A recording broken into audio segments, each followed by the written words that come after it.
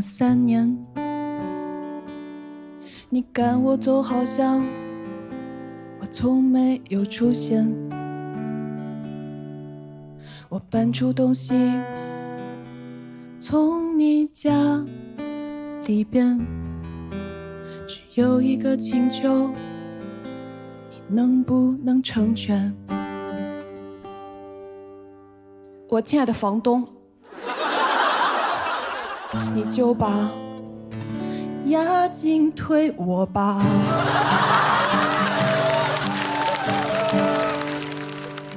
离开之前，我已打扫干净，地板亮得像你的秃顶。不知道你哪里还不满意？你说不满意你家的户型。我为你付出，你怎么忍心？毕竟我再住1年，你房贷就还清。大家好，我是徐不弃。接下来给大家带来一段，音乐脱口秀，聊聊分别啊，聊聊分别。因为我觉得我是一个很不擅长处理分别的人，所以我就写了这样一首歌，希望可以用这首歌送给那个重要的人。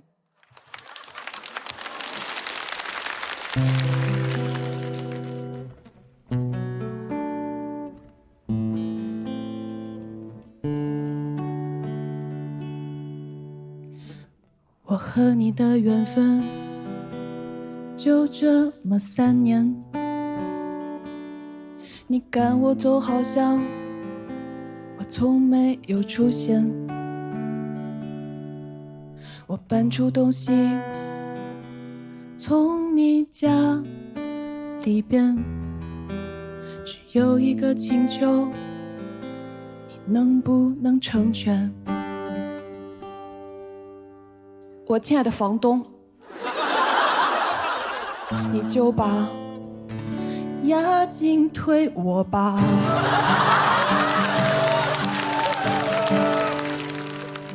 离开之前，我已打扫干净，地板亮得像你的秃顶。不知道你哪里还不满意？你说不满意你家的户型。我为你付出，你怎么忍心？毕竟我再住1年，你房贷就还清。你就把押金退我吧。你又说我的猫抓坏了沙发，可那沙发是我买的啊，我家猫也只有路由器呀。你就把押金退我吧，你只说自己没办法。好怀念当初的我们多暧昧呀，我礼貌问价你都不敢回答，你只敢说撕撕撕撕，后台撕我撕我撕撕撕撕，暧昧的你呀。水电费我确定没有欠费，物业我也帮你补了2年，为了你我已经做到了一切，包括为你我愿意吸干所有甲醛。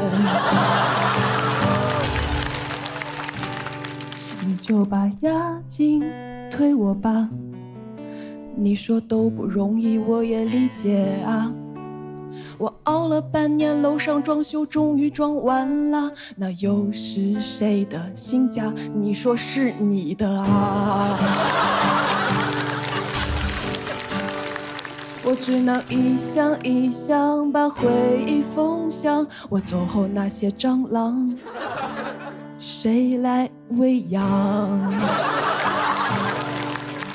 我期待你别看到我狼狈的模样，也期待你别回来，看到你的房子变成毛坯房。因为就在刚才，我拆掉了你的空调，送给搬家师傅他都不要。我看不到未来的路多遥远，因为我们在搬你的床垫。每次分别总在雨季的晚上，我只好帮你打开了窗，用一点丝。你的木板肯定会翘边，可我的蟑螂肯定能繁衍。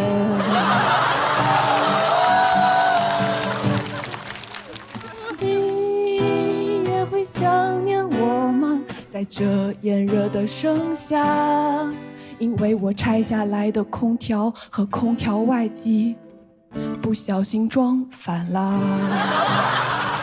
你也会想念我吗？你坐在我的沙发，你是否也会看着电视发呆？因为你遥控器在我这儿呢。你就把押金退我吧，拆不掉的煤气灶好像在看笑话。你相信吗？你相信吗？所有仇和恨终将被放下。你听啊，是是你家的瓦斯。还记得我只交了水电吗？燃气没交你别怕。谢谢各位。我之前做过编剧，现在无业，然后不是很想上班，因为感觉上班太累了，每天醒了就工作，困了就喝咖啡工作，总是要往身体里加一些液体来让自己保持续航。有时候感觉我也不是年轻人，我是个汽车人，对吧？现在年轻人动不动，对吧？现在年轻人休息也不叫休息，对吧？叫充电。新能源汽车人。难怪现在年轻人动不动就燃起来了。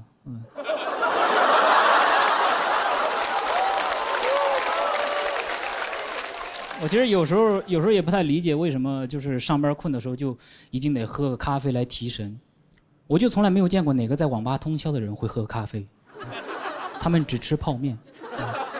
打游戏只会让人饿，不会让人困，说明游戏本来就提神。所以我们上班困的时候不应该喝咖啡。应该打游戏。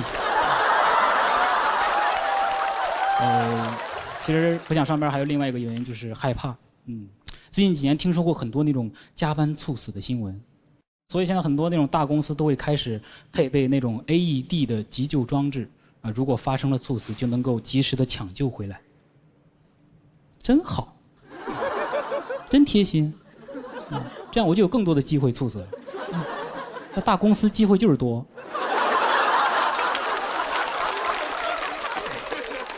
让你猝的没有后顾之忧，对吧？想猝就能猝，猝完还能猝，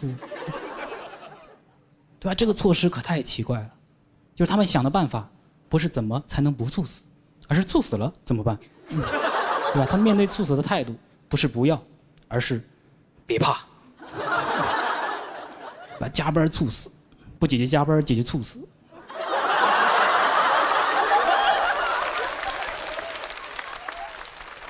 你感觉比起按时下班，还是起死回生更容易一些？我相信劳动的法律，他相信医学的奇迹。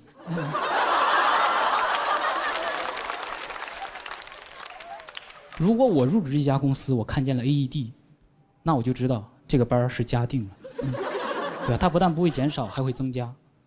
因为如果我加班猝死的时候，如果要用上 AED， 那说明还有另一个人在加班呀。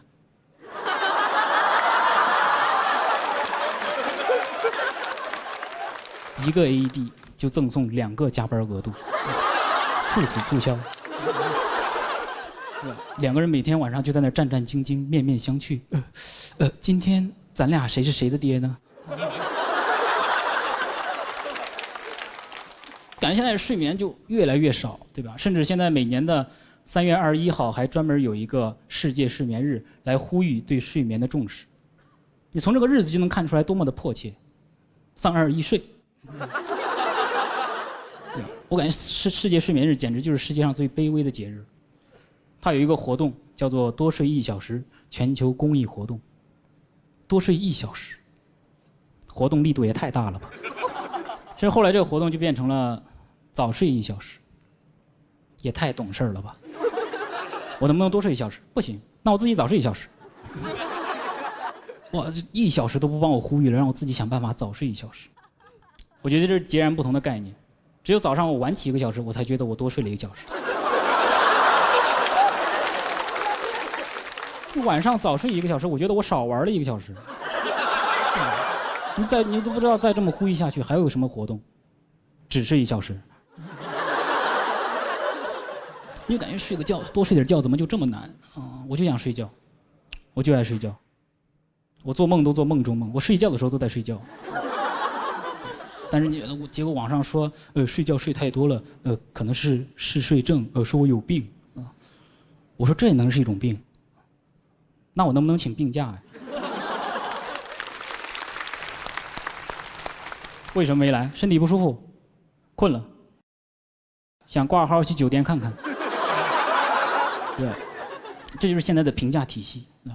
你每天睡得多，你有嗜睡症；你每天吃得多，你有暴食症；你每天动得多，你有多动症；你每天工作多，哎，你有上进心。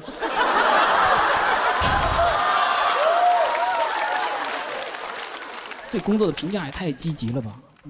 你提到学习和工作，都是那种正面的词汇啊，都充满了赞美之情，什么废寝忘食、孜孜不倦，我天道酬勤。你一提到休息，好吃懒做，游手好闲，为我50。你感觉从小学的那些知识也没有什么鼓励休息的，对吧？它只有孙权劝学，没有孙权劝教。什么士别3日，当刮目相看。你没睡醒，当然要刮目相看了。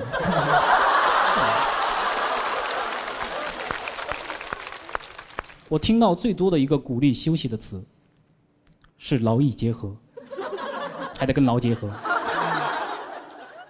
啊，就不让我休息，对吧？你天天灌输这些牛马的思想啊，就不让我休息，就不让我休息，对吧？困了给我杯咖啡让我醒过来，对吧？猝死了给我个 AED 让我活过来。怎么地球没有是转不了了吗？废物地球。你就这么一直想让我再生，完了，年轻人真成新能源了。来自你。去年比完赛，人生发生了非常大的变化。大家知道我离了婚吧？我被人追啦，追了1年呢，追着骂，骂成了我的微博金粉。前不久还在给我发消息，李希哈，你这个被资本硬捧的婆娘，你把冠军还给何广智。首先，何广智已经是冠军了。其次，我跟何广智是2个单位。朋友，你充个会员吧，对吧？你真的想让把冠军还回来？你看完，对吧？你看完你就知道这个消息，你发给翟佳宁啊，对吧？你但凡充我1边的会员，你都不至于来充我嘛。去年1年被营销号真的裹挟疯了，那阴谋论完全把我弄得不行了，说节目剧本也写好了，疯了，说大宅被骂是因为李逵搅黄了武则天的登基仪式。还有人在下面评论，打死武则天。我当时开始没反应过来，我第一次看到这个评论的时候，我当时很气，我说你们凭什么打死房主任？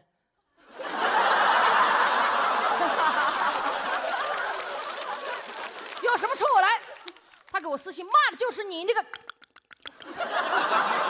弹舌部分是一些不堪入耳的东西，我消化了一下啊，我就想着这个人是不是大宅的粉丝，我想点进去解释一下，避免造成不必要的误会。点进去，崩溃了，分裂了，置顶的2条帖子，第1条骂我第2条骂翟佳宁。我当时就懵了，我说谁会做这么无聊的事情啊？这么无聊的事情一定不是水军干的，骂完冠军骂亚军，像季军干的。是吧？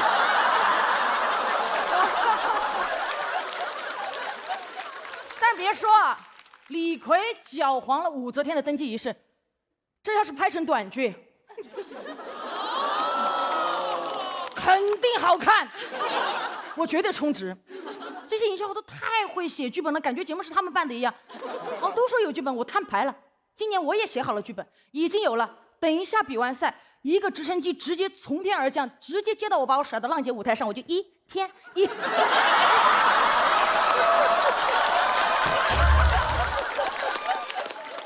但是我太火了，我太忙了，还没等我一天完的时候，又一个直升机把我接到，甩到世界杯的舞台。我当时在那个球场上，我8脚怒射，捧起大力神杯，告诉世界中国有嘻哈。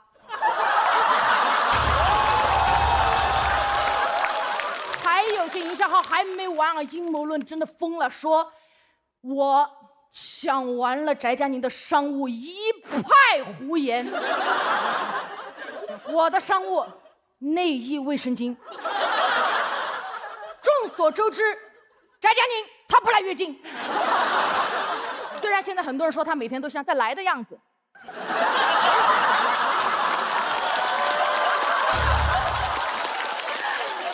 她要是真的来月经，她肯定能代言卫生巾，广告语我都给她想好了，对吧？我的霸气永不侧漏。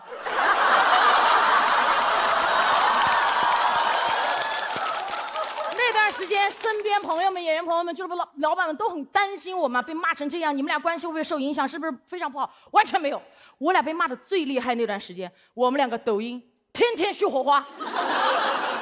翟佳宁给我发，你被骂了，我也被骂了。节目结束后呢，他好在虽然被骂了，但工作还是比较多，和他呢也一起参加过好多次活动。有一次我在化妆，就收到他的微信。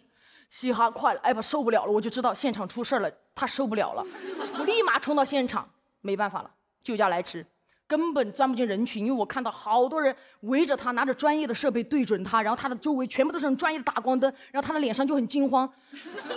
上一次见这样场景的时候，还是我的小猫绝育的时候，我那个时候一下就明白，原来长大就意味一定要失去一些东西。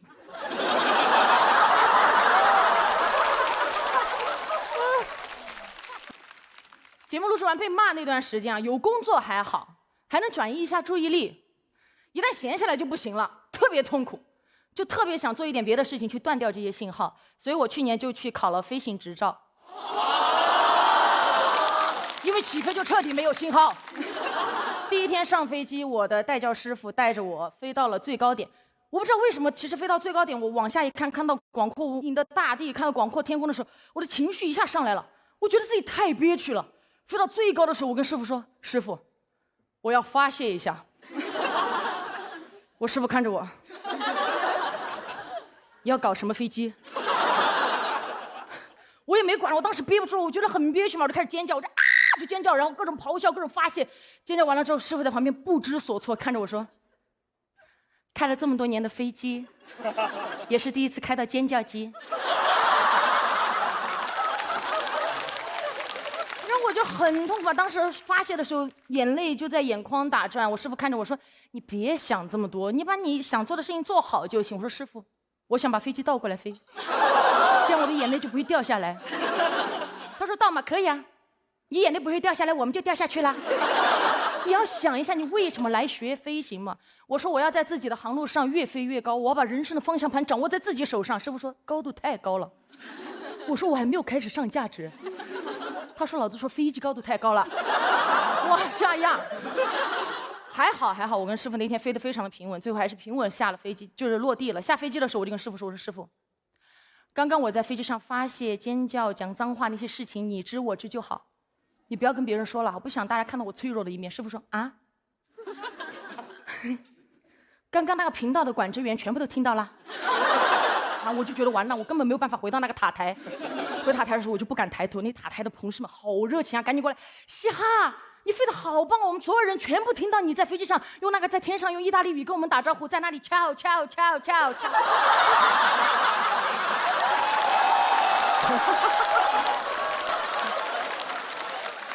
但是不得不说，那天飞完过后，我释然了很多，因为飞到天空的最高点，往下一看，你就会发现，飞得越高，地上的小人就会越多。真的。那个时候还有人骂我，就你这个样子，还想这个想那个，你怎么不上天？上天了，亲自驾驶飞机上天了，看透了。都说每年夏天大家都在期待新王登基，我也一样。我从当空姐那天开始，我每天都在登机。我登完机还要欢迎登机，所以谁登机了我都开心。而且航班多的是，这一趟登不上还有下一趟，没有航班了，现在我还可以自己飞。以前大家认识我的身份是空姐，现在请允许我向大家重新介绍一下我自己。大家好，我是开飞机的嘻哈。大家好，我是黑巫师。没想到吧，这么快就回来了。我的魔杖也是买1送1的。羊蝎子，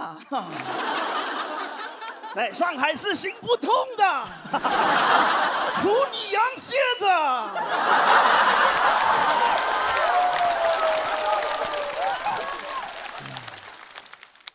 单人漫才。开个玩笑哈，去年开始用上了这个盲杖，刚开始好奇试一下，后来发现挺好用的。有时候你判断不了这里是不是有个台阶，这么一扫就知道了，走路还变快了。用上之后呢，我都在外面行侠仗义好几回了，对吧？高铁站台上碰到那种抽烟的，我本来只需要探索面前的一小块，闻到烟味儿手就抽搐。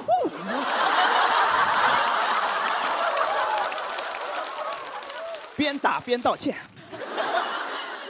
不光提升移动速度，还增加攻击范围。推荐。当然，你们要买的话，建议跟墨镜一块儿买。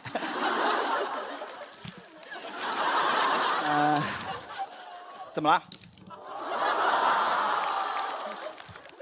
我说的是魔杖，不信你们。眼睛好，也没见过什么世面，确实是。都，哎，算了，扔一边吧。3月份去了趟医院，做了个检查，因为听说有了个新药，专门针对青少年黄斑变性，我得去试一下。因为想保住我现在的视力，不让它再降下去的话，只有2个选择：一，去试新药；二，去世。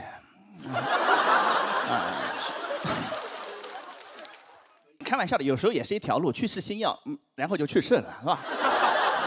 我这个还是比较安全的，是吧？医生做了个检查，说看了半天，你好像不是这个病。我说耳朵也坏了。他说你可能是另一个基因突变导致的别的病。晴天霹雳，这么多年白瞎了。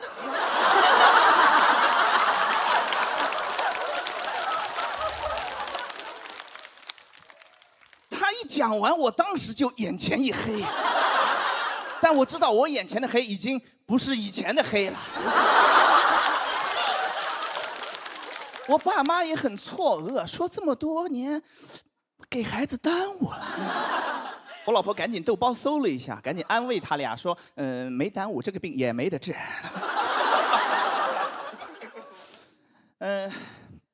我说我怎么能不是青少年黄斑变性？我做了个公众号就叫青少年黄斑变性，我做了7年了，对吧？我现在主要工作就是审核进群的资料，因为老有骗子想混进病友群，我就是个骗子。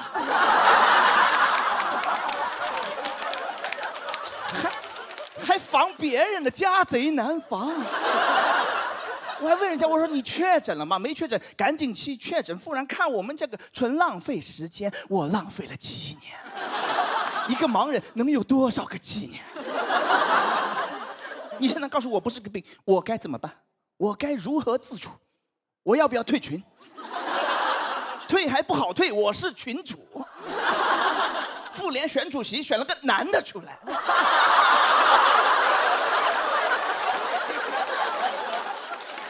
现在局面就非常尴尬。我是这个病全国最出名的患者，但我不是这个病。我上个月去南京演出啊，有个病友要来后台跟我合影，我让工作人员去带一下，我说我的前病友。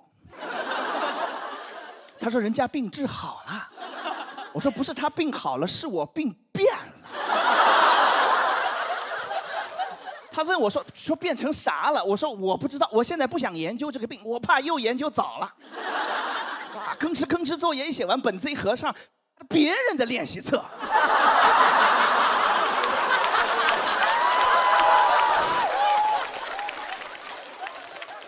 我对要把这个病治好已经没有任何的执念了，因为这么多年已经麻了。因为每年都有很多那种新闻，某某科技突破，盲人或重见光明，都看到过吧？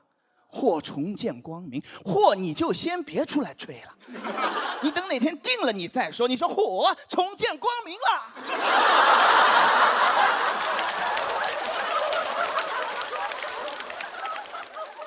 主要是说的太笃定了，对吧？好像今天整一下，明天眼睛就复明了，明日复明日。90%都没什么后续了，就纯是那种公关稿博眼球，拿盲人博眼球，你要下地狱啊！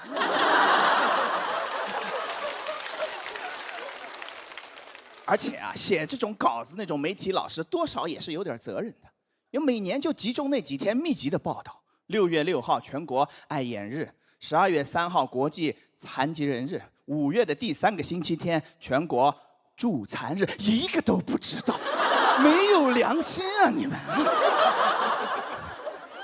当然也不能怪你们，你说不放假的节日谁能记得住？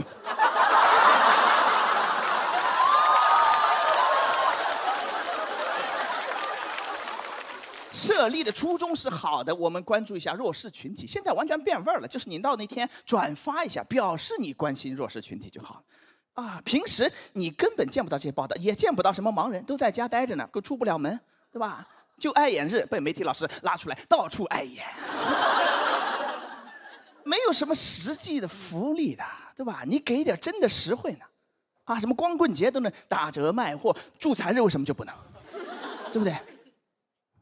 轮椅半价，盲杖3折，买对啊。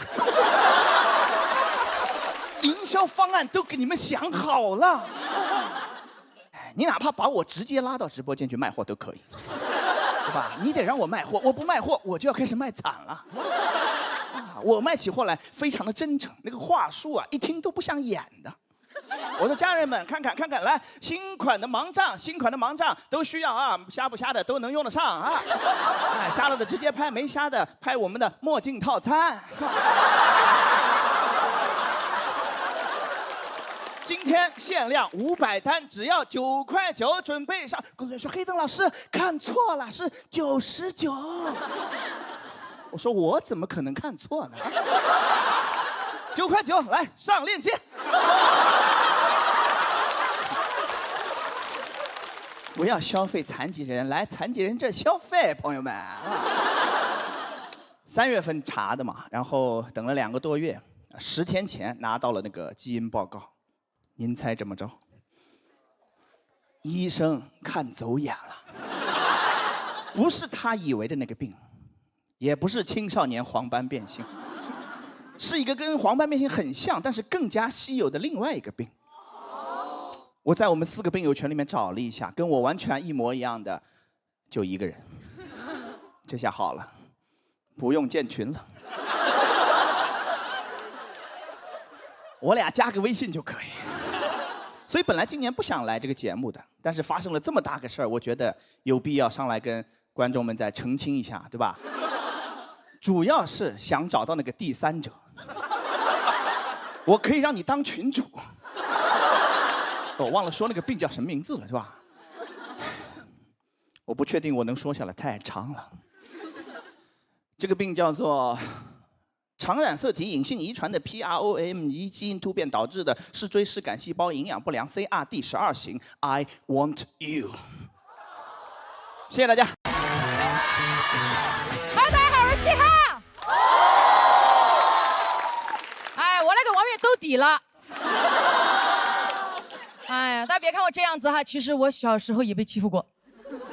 有一次，一个同学没有事情做，把泡泡糖粘我头发上了。你们知道那个东西很难扯的，我扯了很久，扯来凝固了，直接扯成一个机关。然后我就这么哭着回家，扯半天，越扯越急，然后就哭着，就回家。然后外公远处看过来，以为跑了一只火鸡回来，然后跟我说：“你在学校里不要跟别人动手啊，就朝他吐口水就好。”第二天到了学校，果不其然，同学又开始追着我打了，把我逼到角落，走投无路。我真的忍无可忍，我当时吐出去那一瞬间，整个世界就安静了，因为当天风很大。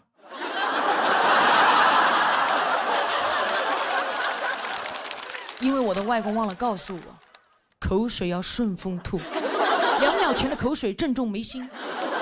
我的外公一生打过很多仗，抗美援朝、解放战争，然后从小就跟我说了，打，给老子打，仗来了就要打。这句话真的影响我很多，但那次发现口水仗不好打。我第二天到了教室，拉开书包，发现里面多了一根擀面杖。当天刚好是学校组织的春游，外公也刚好给我做了我最喜欢吃的馒头，跟那个擀面杖放一起。到了目的地，我刚拿出馒头，一个同学拿着他的薯片过来嘲笑我吃馒头土，一把把馒头给我打掉。老子拿出擀面杖，一把揪起他的薯片，擀得稀烂。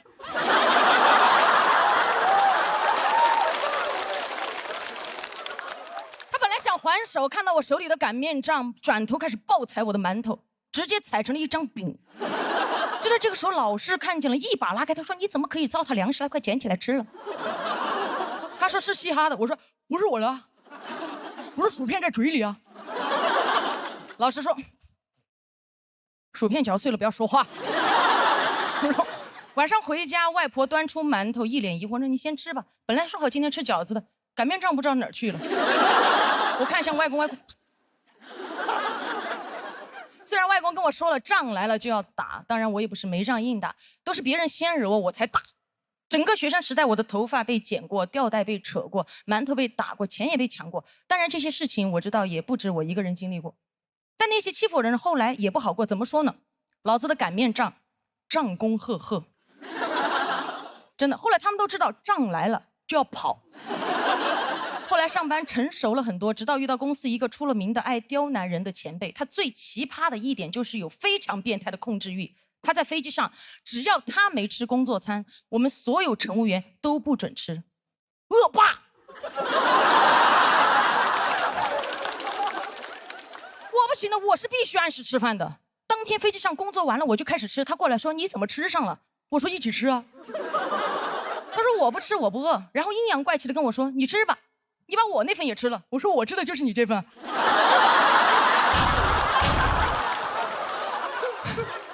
那趟航班他后面就一直在挑我的刺。我发咖啡，他说温度不对；我发餐，他说餐冷了；我烤的面包，他说不够硬；我烤硬了，他又说软了。我当时拳头都硬了，我盯着他说旅客觉得很好，很满意。他一把拉过我，恶狠狠地说：“我说什么就是什么。”我说什么？他翻了个白眼，指着我说：“你的平底鞋是公司发的吗？谁允许你穿的？”我说：“我自己。”他说：“你懂规则还是我懂规则？像你这种乘务员，你知不知道我可以处理你？我甚至可以让你不穿鞋飞。”我心想他好矛盾，又给我不穿鞋，又要给我穿小鞋。那到底什么规则？穿搭要显贵，上半身基础，下半身就不基础。疯了，真的。吃了2份饭是有点晕碳啊，真的。那这一次也是我职业生涯耿耿于怀的一次经历。后来我朋友都在问你到底是做了什么让他这么讨厌你，我说做自己。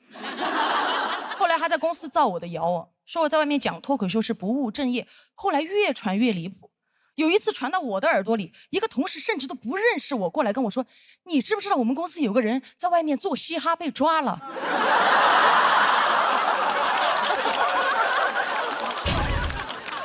我说这不在这儿呢吗？这不，我说不可能吧？他说怎么不可能？我亲眼看着他被抓进去的，说他利用空姐身份在外非法牟利。我说牟什么利啊？他该不会把飞机餐拿下去卖吧？同事说飞机餐谁吃啊？我听说他把飞机座椅拆下去卖了。我都不知道这种谣言怎么传出来的，还有人信？我拆飞机座椅下来卖，谁买？卖给高铁。而且说实在的，我被谣言真的困扰了很久，也被针对了很久。好在前段时间辞职了，很爽的。10年了。前段时间出差，我经常因为录节目往返嘛，我就正好坐到了那个讨厌的前辈的飞机。有时候世界就是这么巧。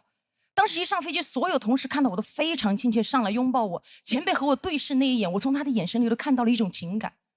嘟嘟嘟嘟嘟。错了，我和他对视那一眼，其实一瞬间想起的是刀枪棍棒擀面杖的声音。星，他一看到我就过来，非常阴阳说：“大明星，你亲自坐飞机啊？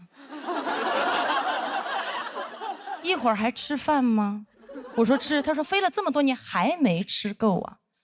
我当时一肚子气，但我也没有想跟他吵，因为当时我觉得他说的也对，我确实是大明星啊。起飞之后没过多久，我旁边的旅客按呼唤铃叫他过去，说饭冷了，口感不好要投诉。我的前辈过来说不会吧，我在旁边说不会吧。那个旅客对我前辈说：“不信你自己吃一口。”我一把挡在前辈面前，对旅客说：“他不吃饭的，在飞机上，我帮他吃吧。”就在这个时候，旅客指着他说：“像你这种乘务员，你知不知道我今天可以投诉你？”在那一瞬间，我突然在前辈身上看到当年我的影子。我不想为难他，真的替他吃了一口，说还好，但我也不想放过他，说还好没吃到下面，下面更凉，你端回去重新再给他热一下吧。他这个前辈真的没有想到，当初他为难我的口水，在高空飞了这么多年，还能在万里高空击中他的眉心。前段时间看新闻啊，网上看到很多航空公司开始实行女乘务员可以自行选择着装了。我那个时候看着我的同事妹妹们穿着自己买的平底鞋，相对轻松自在的走在客舱里的时候，我就感觉那一年在飞机上被刁难的自己，在那一刻才彻底的释怀了。就好像当年那个讨厌的前辈在飞机上趾高气扬的问我：“你懂规则吗？”我说：“我当然懂啊，不合理的规则就应该像这碗冷饭一样，端走重新热，热不好这个老子再热，然后热馊了就好了。”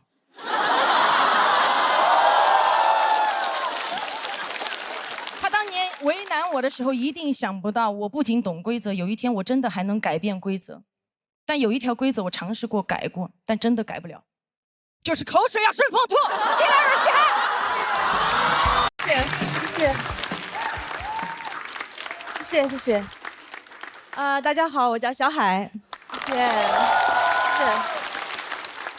我是一个兼职脱口秀演员，我现在业余时间还有一份全职工作。我在我们公司是总监，对，在公司基本就属于中层，还有一个老板，一个下属，没有同事。就这老板还要天天开会跟我们讨论公司未来的发展战略。公司一共3个人，啥战略？一会儿排成人字，一会儿排成一字。我们公司真的特别小，有多小呢？我们租那个写字楼以前是个酒店，我们公司就是个标间儿，而且它该有的没有，不该有的却有很多。我们公司没有打印机，却有一个浴缸，浴缸里还堆了很多杂物，什么吃的喝的。有一天客户来了，老板当着他面跟我说：“你去浴缸里给客户拿点水。”前2天我下属还辞职了，我们公司连群都没有了。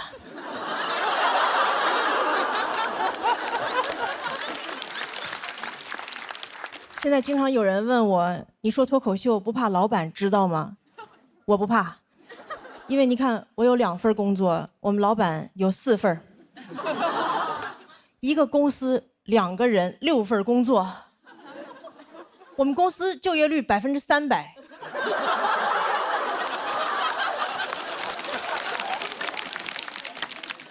你要想实现就业率100%，还得雇4个街溜子。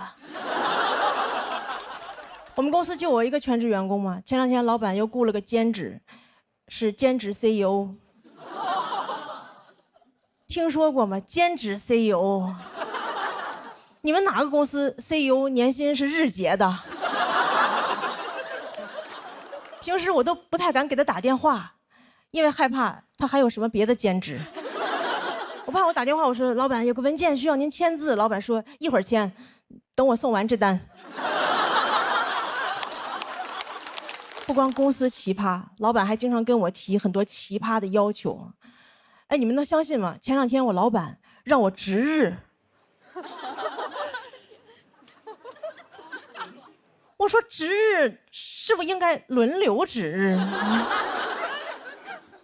我没见过谁一个人值日，一个人那就不叫值日，一个人那就叫保洁。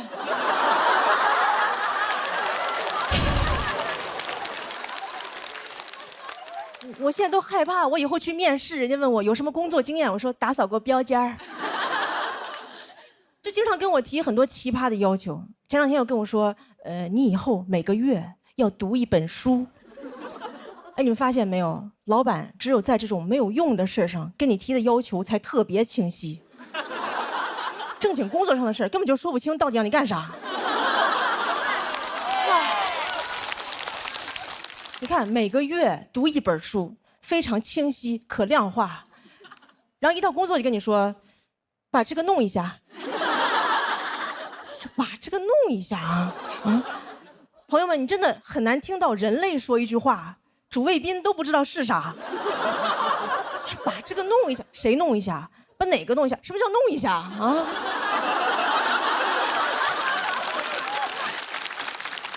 就这句话，老板可以让我干任何事儿。老板就算让我杀人都可以说把这个弄一下。然后前2天老板又要给我降薪，他居然跟我说你去起草一个自愿降薪协议。我说怎么你要给我降薪，协议还得我自己写啊？你要勒死我麻绳还得我自己编？你这是相当于潘金莲跟武大郎说大郎煎药了。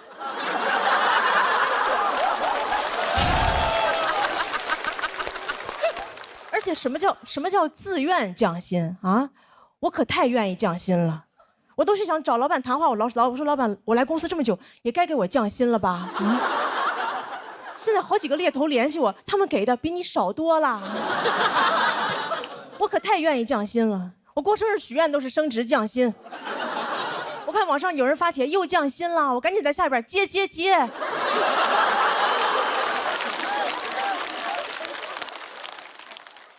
然后前2天老板又要给我降薪，这一次他居然要给我转成兼职。我说我不缺兼职。然后他跟我说了一句话，我才知道什么是真正的霸道总裁。他跟我说，虽然我给你转成了兼职，但我希望你不要有别的工作。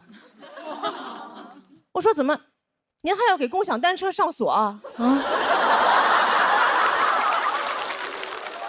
不过降薪也有一个好处，我发现老板跟我说话都客气了很多。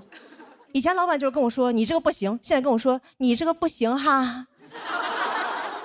我说那不行的话，那你把这个弄一下。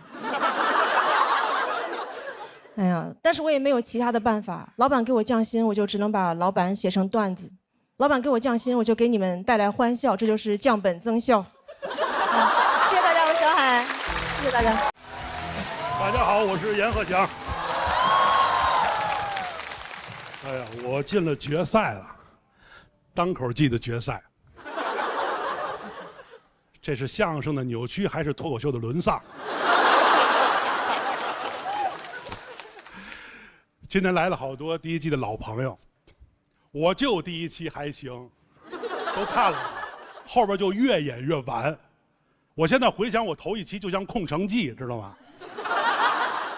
就喝退那一回，每回来的观众我都像诸葛亮一样告诉司马懿来进来，弄死我杀死我，空的没的。导致那之后，其实我一直在这个舞台上会选择逃避，因为我甚至会到网上去看对我一些负面评论，给我一些逃避和退赛的理由。阎鹤祥这个演员那么大岁数，说脱口秀梗一点都不密。我叹了口气，还真是人上了岁数，不光骨质会疏松，包袱也会疏松。然后脱口秀演员还夸我呢，你看相声演员多厉害啊，在台上倍儿松弛，场子凉成这样一点不紧张还说呢。还有人说我阎鹤祥，你说脱口秀相声味儿太重了，可我就是个相声演员，我前20年拿相声当班上。你说我脱口秀相声味儿太重了，不如说我脱口秀班味儿太重了。然后人过来跟我解释，严老师，这个班味儿啊，它不是相声味儿，这班味儿是我们年轻人现在面对职场、面对领导那种敷衍的状态。这是什么乱七八糟的？又是我呀，这叫班味儿。我说这就是相声味儿啊。还有人说，阎鹤祥，你说脱口秀像说评书的，这点我得承认，我就是来取经的，因为现在没人听评书了。天天都在刷短视频，10分钟看电影，谁还听我们讲故事？没有刘备、关羽、张飞、赵云，都是小美、小帅得标丧标。我们现在在剧场说评书都改了，请您欣赏传统评书3大白骨精。列位请看，这个猴他叫小帅，这个姑娘她叫小美。小美可能还不知道，再过几秒钟，她就会变成一堆白骨。这已经是她第3次被打死了。正在这时候，打那边来了一个丧彪。书说至此，姐妹们都会问小美白骨精身上穿的衣服链接。请关注屏幕右下角的小黄车，评论区有优惠。我们这些传统艺术跟不上这些所有的东西，我们都在选择逃避。所以后来我就开始骑摩托车周游世界。有记者采访过我说：“严老师，你为什么要当时选择骑摩托车呢？是因为喜欢机械吗？”我说：“不是，是因为那时候说相声赶场。赶场不都应该骑共享单车吗？”我说：“我那时候没有共享单车，我那时候如果有共享单车的话，你就会看着我骑共享单车周游世界。我还没出河北就被扫走了。”还有说的，严老师，您觉得您周游世界最重要的是不是诗和远方啊？我说最重要的是钱和假期。那您是不是追求风一样的感觉呢？我说完全是为了耍帅。那您是不是要走到世界尽头才会回来呢？我说没有，有挣钱的活我马上就回来。严老师，那您看我们报道的时候，是不是让您回答那么写？我说别介，一定按你问的那么写呀。这就是没有办法的事儿。我还要面对我妈。我妈觉得我40多岁不结婚有问题。完了以后呢，我跟她说我要周游世界，我妈就觉得我要离家出走。因为我10几岁的时候离家出走过一回，那回是因为我早恋。然后我妈跟我说：“儿子，你怎么了？10几岁的时候你要领一媳妇儿回来，妈阻止你离家出走。现在你40多岁，妈逼你领一媳妇儿回来，你干嘛还要离家出走啊？”我说：“妈，这叫 call back， 知道吗？”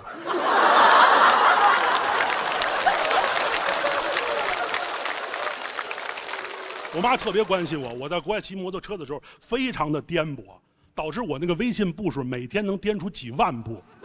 然后我妈给我打电话说：“儿子，你不是骑摩托车周游世界吗？你这摩托车丢了吗？你往回走呢吗？你走特累吧？你得多喝热水。”这就是老人，当他不了解你、想关心你的时候，他跟你说你要多喝热水。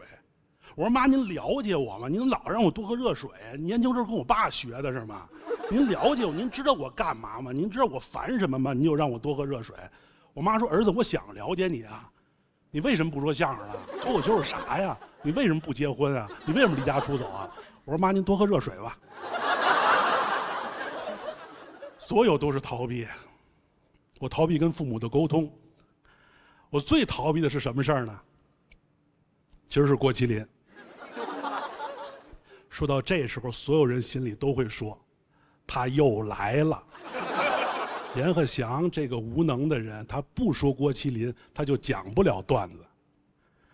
但是，郭麒麟不是我的段子，郭麒麟是我的处境。我其实比每个人都不想提郭麒麟。为什么？因为当郭麒麟最火的时候，我几乎在北京是不见生人的。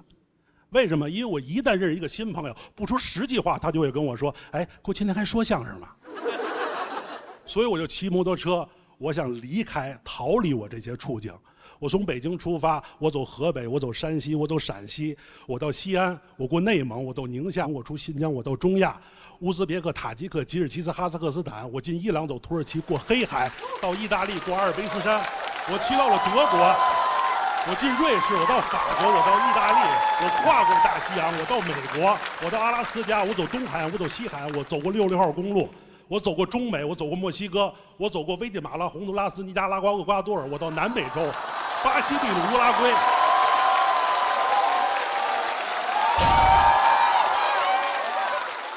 当我把我的摩托车骑到阿根廷的首都布宜诺斯艾利斯5月广场的时候，我觉得我逃避了所有的东西。这时候走过一个中国人，哎呦，严老师，您骑摩托车从中国来啊？过今天说相声吗？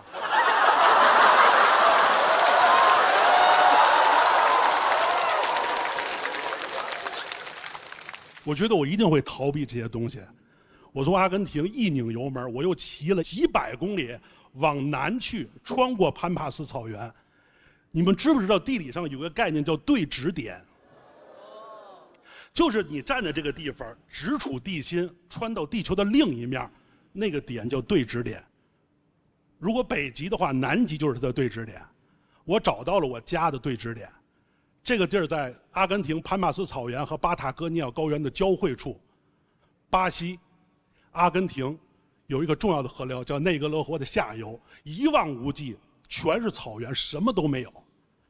你站在这个地方，是离你所有处境和困境最远的地方。你不能向前后左右多迈一步，因为多迈一步，你就离你的处境又近了一步。往前走可能是父母催婚，往左走可能会失业没工作。往右走就是爹妈都老了，我往后退一步，我把我摩托车碰躺下了。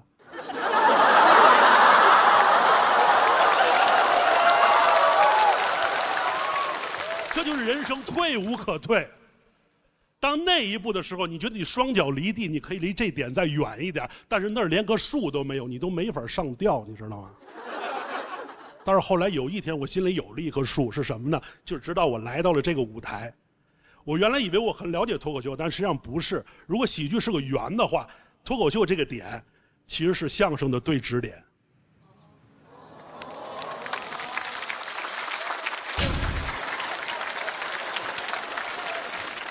就是如果走心的话，我们是最近的；如果不走心，可能就是最远的。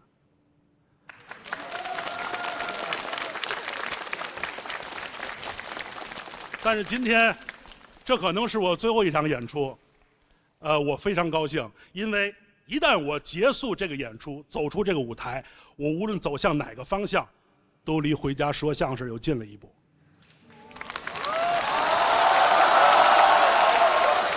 这就是我今天最后的演出，也许无法改变，但请不要逃避。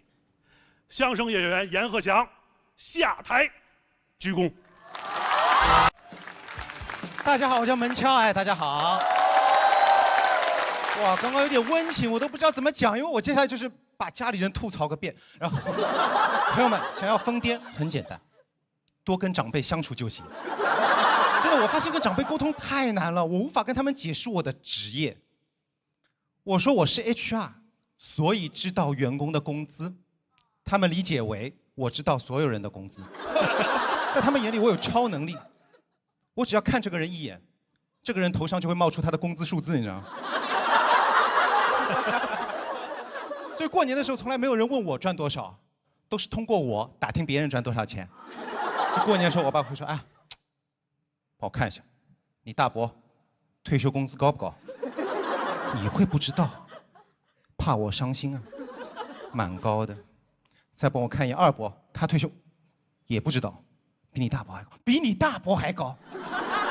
哎，我就知道，我们家翻身就靠你了，好不好？记住，你的目标就是退休工资要超过他们。我说爸，我的目标就是活到退休。最夸张有一次就是我舅妈给我微信里面发了一张照片过来，她说：“哎，这是你妹妹发在朋友圈，说是她男朋友，帮舅妈看一眼这个人赚多少钱。”我点开照片一看，王嘉尔。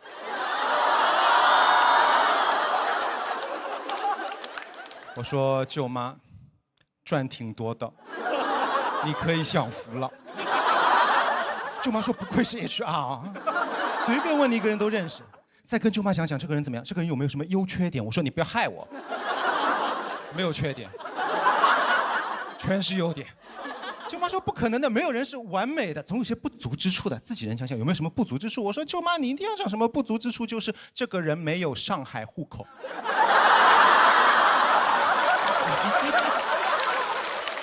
舅妈说那不行，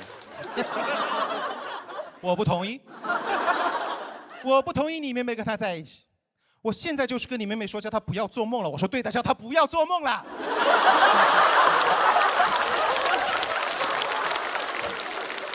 哎，所以歌里说的是常回家看看，对吧？重点就是看看，千万别老在家待着。因为常在家待着一定会发疯的。我最近就是在家太久了，我发现啊，我爸有点讨厌我。哎，可能说讨厌有点严重了，毕竟我们是中华民族，对吧？很讲究亲情的，血浓于水，对吧？我爸恨我。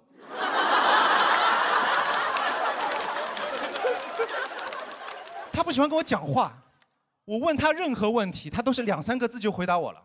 我最近在学烧菜，因为我是一个做菜新手，我做到一个特别高端的菜，我不会做了。我说爸，这个番茄炒蛋，这个番茄怎么弄？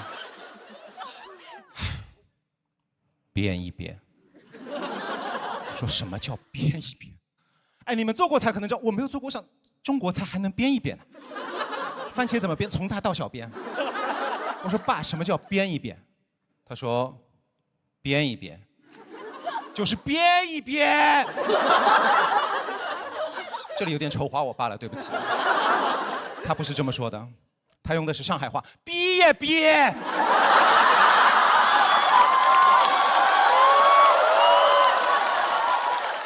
这就是他的解释方式，朋友们，用更大的音量来重复原先的答案。他觉得我没有听懂，是因为他声音不够响。这种沟通方式怎么说呢？就是很不尊重人，像在训狗。你们训过狗吗？重复一个指令，然后期待狗听懂。我爸就这么训狗的，来，嘟嘟来，嘟嘟来，坐，坐，哎，坐，坐，师傅，好，狗，好。真的，我说爸，你可不可以解释一下，耐心一点，稍微跟我耐心一点解释一下，是亲生儿子吧？搞东西字，哎，我实在没有办法，我只能去查百度。煸就是把食物放在热油里面加工到半熟，然后放在旁边做备用的一种烹饪方式。我说，哎爸，这个叫煸？他说对，跟我讲的一样。很难沟通，不但他不跟我好好讲话，我跟他讲话他也不听的。哎，你们劝过长辈改坏习惯吗？他们只要知道这个是坏习惯，就不会改，还会用一句很温柔的话来肯定你。这句话叫“哎呦，算你懂死喽”。我小时候劝他改什么坏习惯，哎呦，你懂个屁！哎，你们发现吗？我这个人对世界的认知就是很极端的，只有懂个屁和懂死了，很极端。我最近劝我爸改一个坏习惯，就劝他戒烟，因为他老咳嗽，身体也不好，年纪大。我说爸，吸烟有害健康，你别吸了。他说：“哎呦，算你懂死喽。”首先，跟你爸讲话，爹味不要这么浓。其次，你晓得不啦？你爸这个肺已经吸了40几年烟了，你不要害我。这个肺让他碰不到烟，他会坏掉的。我说为这么严重，为什么会坏掉？什么叫坏掉？坏掉？他说坏掉了就是瓦他啦。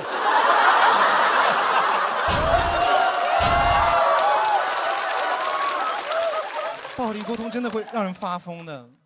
哎，我以为不在家，去上班在职场好一点，没有。老板讲话我依然听不懂。哎，我是个 HR， 我帮老板招人，我给他招的人、推荐的人，他总是不满意。问他原因，他也不好好说。有一次一个人面试没有通过，我问他原因，他说：“哦，这个人都挺好的，就是没有什么感觉。”我说没有什么感觉。我差点气得说出那句包办婚姻的名言。我想说，感觉不是可以培养的吗？感觉。然后我还得跟那个面试的人去沟通，我不知道怎么讲，我就过2天我就发微信给他，我说：“刘先生你好，面试过去2天了，你感觉怎么样？”他说：“我感觉很好。”我想完了，那我只能做个好人，给他个台阶下。我说：“哦，我们公司对你也很有感觉。对了。”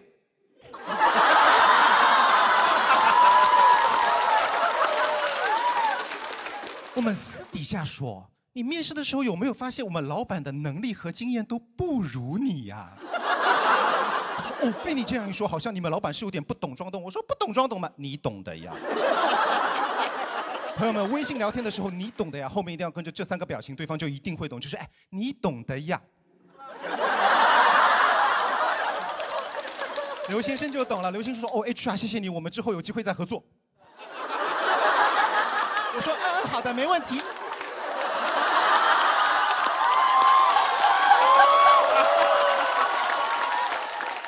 后来我就跟老板说，我说老板你不能总说没有感觉，你下次要给我一个正当理由。他说我没有，你想一个。我说我想不出。他说你必须想一个。我说我实在想不出。他说那你实在想不出，你编一编。Hello， 大家好，我叫于翔宇。我是去年大学毕业的，我大学专业学的是哲学。然后节目组就说，那这期主题你可以刚好聊一下哲学专业毕业之后的工作方向。这咋聊呀？就是没有工作。我毕业的时候，我辅导员还劝我乐观一点，说翔宇，你暂时找不到工作这个事儿呢，它有好处，你就可以刚好保留应届生干净的身份。我光有这个身份有啥用呀？同学聚会，人家说啊，我现在在大厂上班，五险一金顶格。我说那怎么了？我可是应届生。你已经跟资本同流合污了，我还是清清白白。有些人活着他已经死了，而我就算饿死，我也是应届生。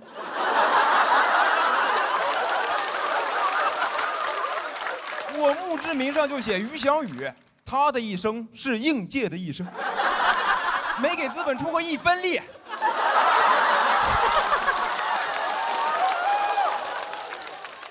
因为我这个专业确实没有什么对口的工作，我就提前干过很多兼职跟实习。我一开始也干过补习老师，教小升初1对1，所以来上课都是些什么家里开公司的或者拆2代的有钱小孩，搞得我就没有任何立场劝他们好好学习。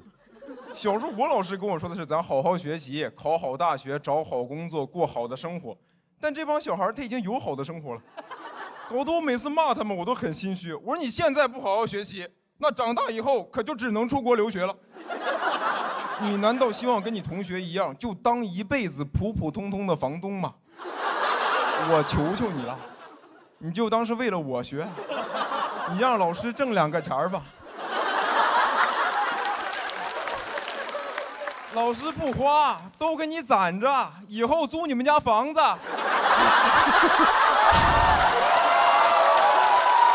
后来补习老师这条赛道就没了嘛。然后又去了一个互联网大厂实习，那种大厂嘛，就是经常干到1、2点，也没有加班费。我说领导这么干我实在受不了了。领导说这怎么了？这很正常啊。翔宇，你学哲学的呀，存在即合理啊。当时给我哲学世界干崩塌了。我学这么多年，从来没有想到过一件事的存在，它都不合法，但就合理啊。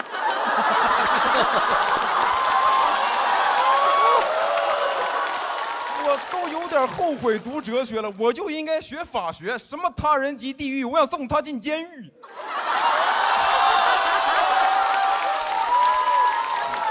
哎呦，但是我也就是嘴上说说啊，就是完全没活干的时候又会着急上火，还好有京东念慈庵鸡热清帮我降火，6大天然草本成分，像应届生一样干净。因为我毕业的时候真的是一个 offer 都没拿到，我以前上学的时候还想着什么整顿职场，我甚至想过用《资本论》整顿职场，说没有人可以拿走我的剩余价值。一毕业发现真没人拿，我的剩余价值不会年年有余吧？而且如果完全没人用我的话，我这个都不能叫剩余价值。一道菜如果有人吃了，剩下的厨余垃圾都可以勉强叫做剩余价值。而我这种应届生，就相当于那种没有开封的5仁月饼，包装精美，原料干净，日期新鲜，但就是没人动，而且还是会每年新生产出来一批拿来送给老板。老板说：“哎呀，饼太多了，吃不完，根本吃不完。”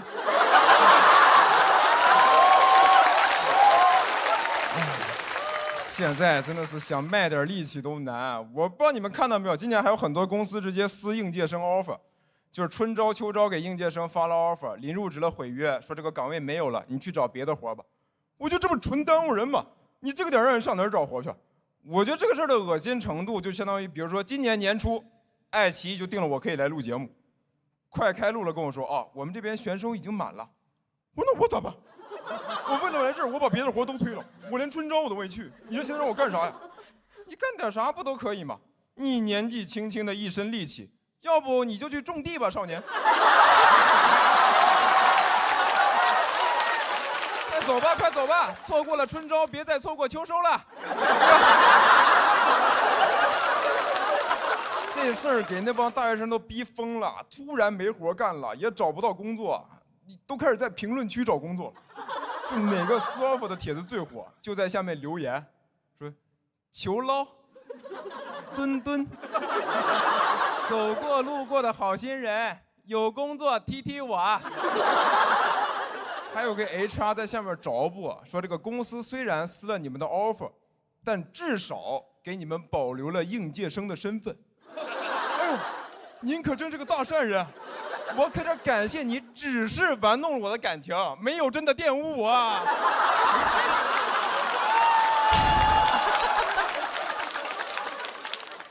这公司不要脸的地方就是裁员撕 offer， 只要给了点赔偿金就都合法，但你还是会本能的觉得不合理。大家想要的就是个确定感，你上学上班，人生慢慢走向正轨。现在就是会有人突然把你正轨毁了，然后跟你说，哎，那你现在自由了，你的人生不是轨道，是旷野，那才是你牛马该去的地方。